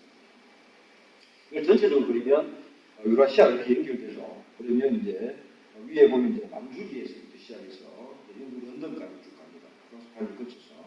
그 다음에 밑에는 이제 중아시아를 거쳐서 가고 그 다음에 밑에, 제일 밑에는 해상 노선이잖아요. 저걸 뭐 진주 목걸이 전략이라고 하는데, 상하이에서 시작해서 광도 쭉 해서 아마 인도까지 다 포함해서 진행하고 있습니다. 지금 아마 인도하고 중국 사이에 북부 지방에서 국경 문제가 좀 있는 걸로 알고 있지만 실제로 첸가이라든가 이런 인도의 남부 지역에 가면 중국 기업들이 엄청나게 진출해서 경제적으로 지금 엄청난 결합이 이루어지고 있습니다. 그런 측면에서 중국과 인도 사이를 오해해서는 안 합니다. 그래서 인도는 이익을 취하기 위해서 미국과 인도 태평양 전략을 구사하면서 동시에 또 중국과 거리를 하고 있습니다. 그래서 그거는 이제 그 인도라는 대국의 전략이 양측으로 취하면서 이익을 가지고 있는데 한국은 그런 선택을 마음대로 할 수 없는 상황에서 사실은 조금 어려웠습니다. 그 다음에 중국이 설계하고 있는, 구사하고 있는 또 하나의 이제 해양 모드죠. 그것을 빙상 실크로드라고 합니다. 간단히 이야기하면 지금 이제 우리 한국에서 출발해서 유럽으로 가려면 타야 되는 모습이 일단 이제 그 대만 해협을 지나서 남중국해를 지나서 말라카 해협을 지나고 그 다음에 이제 인도양을 지나서 수에즈 운하를 가서 지중해를 가서 이렇게 돌아가는 모습입니다. 사실 이 노선 여기 이제 걸 보면 지도상으로는 빨간 노선이 좀 짧게 보입니다. 그런데 이 지도가 이제 메르카토르 조건에서 위에가 확대된 모습을 보입니다. 그래서 실제로는 파란 선 위로 가는 선이 훨씬 짧습니다. 최소한 3분의 1은 절약할 수 있는데요. 여기 이제 보시면 만약에 밑에 해상 실크로드가 약 48일이 걸린다면 위에 빙상 실크로드는 27일에서 33일 정도입니다. 훨씬 짧게 될 수 있는데 지금까지 가장 어려웠던 건 뭐냐면 아시는 것 같이 북극해 얼음으로 덮여 있어서 활용하기가 쉽지 않습니다. 그런데 2030년쯤 되면 북극해 얼음이 어느 정도 높고 무중 사용은 못하지만 1년 중에 3분의 2 정도는 활용이 가능하다고 합니다. 그리고 지금처럼 지구 온난화가 빨리 진행되면 좀 더 빠른 속도로 빙하가 녹으면 더 많은 이용을 할 수 있지 않을까라고 한다면 결국 이제 한국에서 출발해서 베링 해협을 통과해서 북극해로 가서 네덜란드나 영국이나 이렇게 갈 수가 있습니다. 그리고 중간에 가서 열차를 타고 시베리아를 횡단해서 유럽으로 갈 수 있는 길도 있습니다. 이렇게 본다면 결국 지금 이용하고 있는 동남아라든가 또는 아프리카 쪽의 해협 굉장히 해적도 많고 위험한 구간이 많이 있는데요. 대신에 빙상 실크로드로 연결되면 중국의 구상으로서는 전체의 유라시아 대륙 전체를 감싸는 하나의 해양 노선, 해상 노선을 만들 수 있다고 합니다. 여기에 이제 우리가 주목해야 될 부분이 있습니다. 이것이 이제 중국에서 구상했지만 우리도 굉장히 많이 연구를 하고 있는 부분 중에 하나인데요. 만약에 한국에서 또는 중국이나 일본에서 출발한 배가 저렇게 말라카 해협을 거치지 않고 만약 거꾸로 베링 해협으로 위로 올라가게 된다면 중국에 있는 광동과 상해라든가 북경에 있는 한국 배들은 어디로 지나가야 하냐면 대한해협을 지나가야 됩니다. 그러면 제주도를 거치거나 부산을 거치거나 아니면 포항 신항만을 거치거나 또는 울릉도를 거치거나 이런 이제 라인이 형성됩니다. 그러면 지금 다시 생각해보면 말라카 해협 입구에 위치하고 있는 싱가포르이 작사하는 겁니다. 소독수 용암을 있잖아요. 그러면 싱가포르이 왜 작사하냐 하면 동아시아 이런 모든 선박들이 그쪽으로 지나가요. 그리고 싱가포르에 정박을 하면서 기름을 집어옵니다. 그리고 거기서 이제 전시 컨벤션 센터가 활성화되어 있기 때문에 거기서 무역을 합니다. 그 기간 동안 그 손님들이 내려서 뭐 여러 가지 센토사 섬이라든가 정주 세공원이라든가 이런 데 관광을 하고 놀고 돈을 다 벌고 그래서 싱가포르이 특별하게 1차 산업, 2차 산업이 없더라도 전시 컨벤션 자원 산업만 가지고도 이렇게 잘 살 수 있게 된 인프라가 바로 항로입니다. 그런데 이 항로가 거꾸로 한국 쪽으로 대한해협 쪽으로 형성된다고 하면 이 기회를 우리가 가질 수가 있습니다. 그럼 당연하게 한반도 남부지역뿐만 아니고 북한까지 포함해서 굉장히 큰 기회를 맞게 되고 그리고 한국에서 출발한 고속 전철이 런던에 도달할 수 있습니다. 동시에 한국에서 출발한 크루즈함이 런던에 도착할 수 있습니다. 이것을 북극해를 통해서 이루어진다면 한국은 지금까지 전혀 없던 정말 제대로 된 괜찮은 기회를 우리가 맞을 수가 있을 것 같습니다. 여러분도 만약에 그렇게 된다면 지금처럼 그렇게 열심히 공부하지 않아도 어릴 때부터 그렇게 열심히 공부하지 않아도 쉽게 먹고 살 수 있는 길이 열리지 않을까 그렇게 생각해 봅니다. 그래서 이제 정리를 한번 해보겠습니다. 결국 이제 우리 시진핑 국가주석이 등장하고 나니까 중국의 꿈이라는 것을 이야기했습니다. 그리고 이 중국의 꿈이라는 것은 중화 세계의 부활을 이야기합니다. 자, 그리고 이 중화 세계의 부활이라는 것은 결국 과거 중국이 세계를 관리하던 그러한 질서 체제로 복원한 것입니다. 그럼 그 시절에 우리가 이것을 중화주의라고 한다면 우리가 주목해야 될 부분입니다. 자, 그러면 중국인이 갖고 있는 우월감 또는 문화적인 자긍심 이런 것도 좋습니다. 자, 그러면 그러한 중국이 다시 부활을 했을 때 과거 중국이 행했던 소위 말하면 이웃 국가와의 관계를 어떻게 정리했고 또 이웃 국가를 침략했던 적도 있었습니다. 그리고 많은 조공을 강요로 해서 처녀들을 공출하고 말을 가져가고 식량을 가져가고 이런 것도 있었습니다. 자, 그러면 어떤 모습의 중국이 될 것이냐 한 부분에 주목을 해요. 첫 번째입니다. 두 번째, 만약에 강한 중국이 등장해서 과거에 끝나는 포악한 중국으로 되더라도 이것을 방어할 수 있는 준비가 필요합니다. 그래서 반드시 우리가 지금 북한을 상대하고 또는 또 다른 위협을 우리가 준비하는 것처럼 중국이라는 국가에 대한 위협을 준비할 수 있는 카드가 있습니다. 지금 북한에서 핵 개발을 지속적으로 추진하고 있고 미사일도 그렇고요. 군사력을 많이 공헌하고 있는 걸로 알고 있습니다. 특히 이제 생화학 무기도 그대로 기대고 있고요. 그러면 이제 적대적인 측면에서 봤을 때 공식적으로 그래서 당연히 미국이라는 그리고 6.25 전쟁을 끝내려는 하나의 수단 등등이 있겠지만 실제로 생존과 관련해서 북한이 이게 가장 유용하게 사용될 수 있는 것은 견제 수단이 될 수 있는 것은 바로 중국에 대한 견제입니다.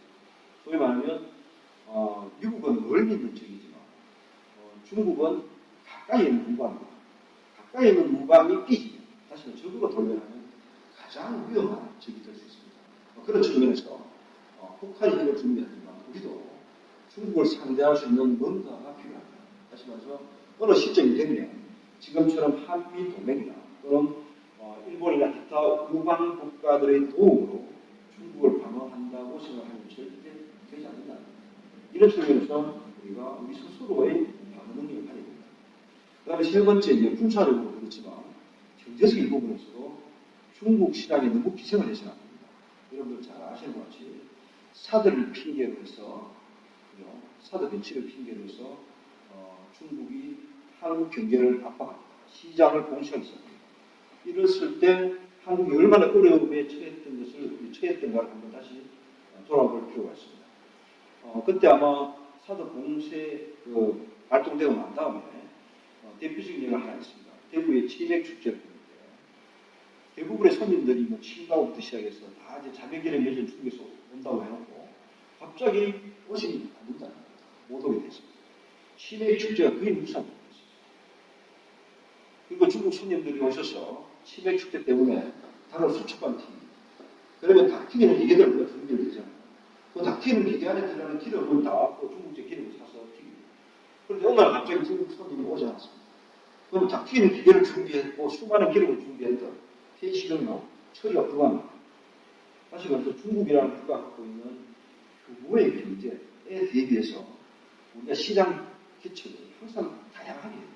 다시 말해서 중국에도 일정 수준의 교류를 해야 되겠지만 미국도 당연히 있어야 되고 유럽이나 또는 동남아라든가 다른 지역에 굉장히 분산된 시장을 확보해놔야 됩니다. 그래야 중국의 압박으로부터 자유로울 수 있다. 그러니까 이런 내용들을 우리가 생각을 해보면 그리고 중국이 지금 진행하고 있는 방법이 요금의 인진레라입니다. 세계를 중국화시키고 끌어들여서 중국화시키고 조추체라고 조출거라고 한국어로 하면 중국을 세계로 바꿔가면 그러면 중국을 바꾸고 가서 또 중국화시키고 또 밖에 있는 것을 중국을 끌어들여서 중국화시키면 중국과 중국 바깥의 세계 전체를 중국화시키겠다는 의도인 것 같습니다. 자, 이것을 이제 우리가 잘 이해하면 좋을 것 같습니다. 이것을 중국에서는 중화 세계의 복원이라고 이렇게 이야기합니다.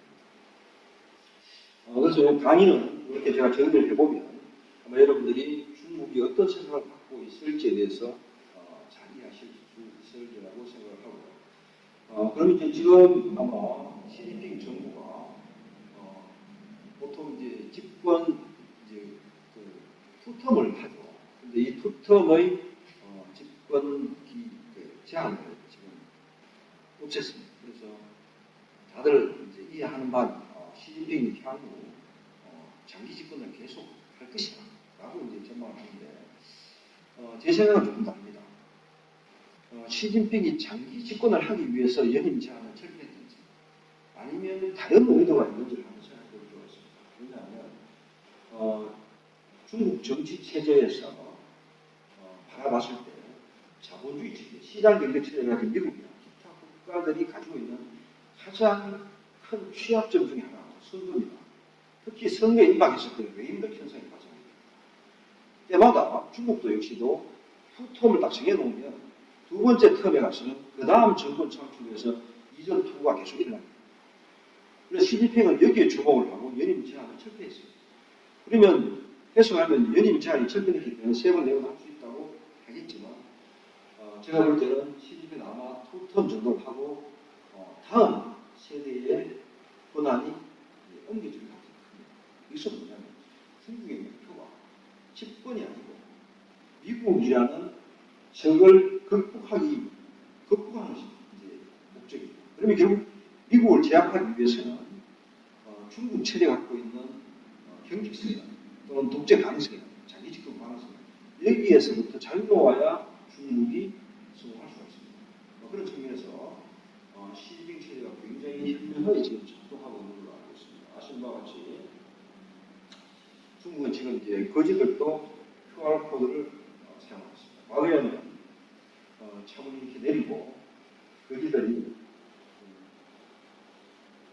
돈을 좀 주세요 이렇게 하면 잔돈이 없었어요 라고 이야기를 했습니다. 근데 지금은 잔돈이 없어서 하면 QR코드 딱지를 대립니다. 찍어요. 그러면 10원 정도는 줘야 됩니다. 그래서 이 중국 사회가 우리가 상상하는 이상으로 빨리 진화하고 있습니다. 물론 이제 자유는 많이 없어졌습니다. 아시는 것 같이 최근에 중국 베이징 같은 경우에는 이제 도둑이 없다고. 이유가 뭐냐면 최소한 사람이 걸어가면 이 카메라가 대여섯 개 이상의 카메라가 나를 무시하게 됩니다. 도둑질하고 도망갈 수가 없다. 이런 정도의 상황이 됐습니다. 그러면 우리가 생각할 때 저 답답해서 어떻게 살겠노? 라고 이야기할 수 있습니다. 그래서 제가 중국 친구한테 이렇게 물었습니다. 막 그렇게 감시당하면서 어떻게 사냐? 라고 하니까 걱정할 거 없다고. 나 같은 사람은 정부가 관심을 가져야 된다. 우리는 14억이 되는데 그 관심을 이제 받을 정도 되면 대단한 사람이 우리 같은 사람은 전혀 불편하지 않다. 오히려 도둑이 없고 범죄가 없어서 좋다. 야간에 다니도 지금은 문제가 없다. 아주 재밌는 이제 상황입니다. 그래서 우리하고는 조금 다른 상황이 진행되고 있는 것 같습니다. 그리고 또 하나는 거의 이제 QR코드를 쓰고 휴대폰으로 결제를 하잖아요. 결제하기 때문에 모든 국민의 재산 상태가 다 드러납니다. 그래서 국가가 국민의 재산 상태를 전체를 관리할 수 있습니다. 굉장히 투명한 사회로 변화하겠죠. 그리고 과거처럼 카드를 이렇게 만들어서 이제 연결 때마다 조금 뒷돈을 주고 이런 관련된 문제는 거의 없어지고 있습니다. 네, 그런 측면에서 보면 중국이 굉장히 생각보다 빠른 속도로 좋아지고 있다. 제가 이제 중국의 아직도 이제 신호등 체제라든가 중국에서 문화적으로 조금 성숙되지 않았습니다. 그때 2003년, 4년 그때 이제 중국이 올림픽을 준비하면서 뭐라고 했냐면 제발 신호등 건널 때, 길 건널 때 신호등을 좀 보고 지켜라 이렇게 얘기했습니다. 그래서 이제 그때는 어떤 상황이었냐면 어떤 노인이 이제 파란불도 아니고 빨간불인데 막 걸어갔어요. 막 가는데 그게 이제 그 경찰관 비슷한 아저씨들이 이렇게 하면서 가지 말라고 이렇게 잡으니까 그 노인이 막 하냐면 어제까지는 다녔는데 왜 막느냐 하면서 그 일부러 막 걸었거든요. 또 그때 이제 2003년에 그 사스가 났을 때 그때 이제 그 사람의 지금 CCTV는 그때 이제 가래 이런 것들 통해서 전파된다고 중국 사람들 바베큐 가래를 쭉 뺐는데 그때 이제 가래를 뺐는 경찰이 잡았습니다. 20원 벌금 내라고 합니다. 어제도 뱉었는데 오늘 20원 내라고 하면서 가래를 한 번 더 뱉고 50원 주고 경찰 10원 더 이건 팁이라고 그런 식으로 이제 의식 자체가 굉장히 낮았습니다. 그런데 지금 중국이 어떠냐 신호등 잘못 건너면 집에 도착하면 벌써 벌금 보지서가 나왔습니다. 휴대폰. 소위 말하면 안배 인식 그거 다 해서 정보를 파악해서 걸어다니는 중국 사람은 누구지 전부 신호등이 밝혀집니다. 그럼 신호등 위반하면 경고 조치하는 후에 그 다음에 벌금이 바로 나옵니다. 더 이상 뭐 신호등을 지키세요 문화 수준이 높은 국민에 대해서 이야기할 게 없습니다. 다 법과 벌금으로 처리합니다. 중국이 빠르게 진행하고 있습니다. 그래서 지금 아마 여러분들 한국에 오신 이 중국 손님들도 과거하고 많이 달라졌으리라고 생각합니다. 과거에는 담배도 막 함부로 피우고 또 이제 포항도 치고 뭐 시끄럽게 하고 뭐 이런 이제 중국 이미지가 있는데 지금은 그렇지 않습니다. 정말 빠른 속도로 중국이 좋아지고 있습니다. 다시 말해서 중국이 설계하고 있는 시진핑이나 정치 권력자들이 설계하고 있는 중국의 꿈, 중화세계의 부활을 이루기 위해서 그게 걸맞는 시민계획입니다. 자질이 있는 시민계획입니다. 그래서 워낙 중국이 넓고 또 지역 편차가 심해서 하루아침에 되지는 않지만 아마 베이징이라든가 상하이라든가 좀 더 발전된 지역은 굉장히 빠른 속도로 해나가고 또 대학 교육을 받은 젊은 엘리트 층들이 굉장히 빠른 속도로 사회 중심으로 지금 진입하고 있다는 사실을 한번 기억하면 좋을 것 같습니다. 그래서 최근에 우리 한국에서 중국에 대한 정보들이 많이 오해되고 혹해되는 부분도 있고 또는 정말 중요한 정보들이 전달되지 않아서 이 기회를 우리가 지금 찾지 못하는 부분도 굉장히 많이 있습니다. 특히 이제 오늘 우리 수업 시간에 잠깐 언급했던 강의 언급했던 중국이 추진하는 1대1라는 프로젝트는 지금 전 중국에 14억이 매달려서 정말 생사를 걸고 하는 사업입니다. 때문에 절대 실패할 수 없는 사업입니다. 왜냐하면 길을 내는 사업입니다. 이거는 자연스러운 역사 현상. 길을 내고 나면 사람이 이동합니다. 사람이 이동하면서 반드시 상품이 이동합니다. 그러면 문화가 섞이잖아요. 그럼 좀 더 풍부하고 즐거운 삶을 누릴 수가 있다. 이것은 자연스러운 현상이기 때문에 그대로 진행될 수밖에 없는 상황이라서 꼭 명심하시고 중국 구간구간에 어떠한 사업이 진행되고 또 중국 밖으로는 어떻게 진행되고 또 한반도와 어떻게 연결될 것인가에 대해서 또 여러분들이 관심을 가지면 연구에도 좋고 또는 여러분들 산업에도 좋고 또 앞으로 중국을 여행하시는데도 굉장히 많은 즐거움과 도움이 될 것이라고 생각합니다. 오늘 강의는 여기서 정리를 하도록 하겠습니다. 짧은 시간 동안 여러분들에게 중국에 대한 소개를 했는데요. 이것이 이제 가장 기본적인 중국에 대한 이해라고 이렇게 여러분들이 생각해 주시면 좋을 것 같습니다. 네, 고맙습니다.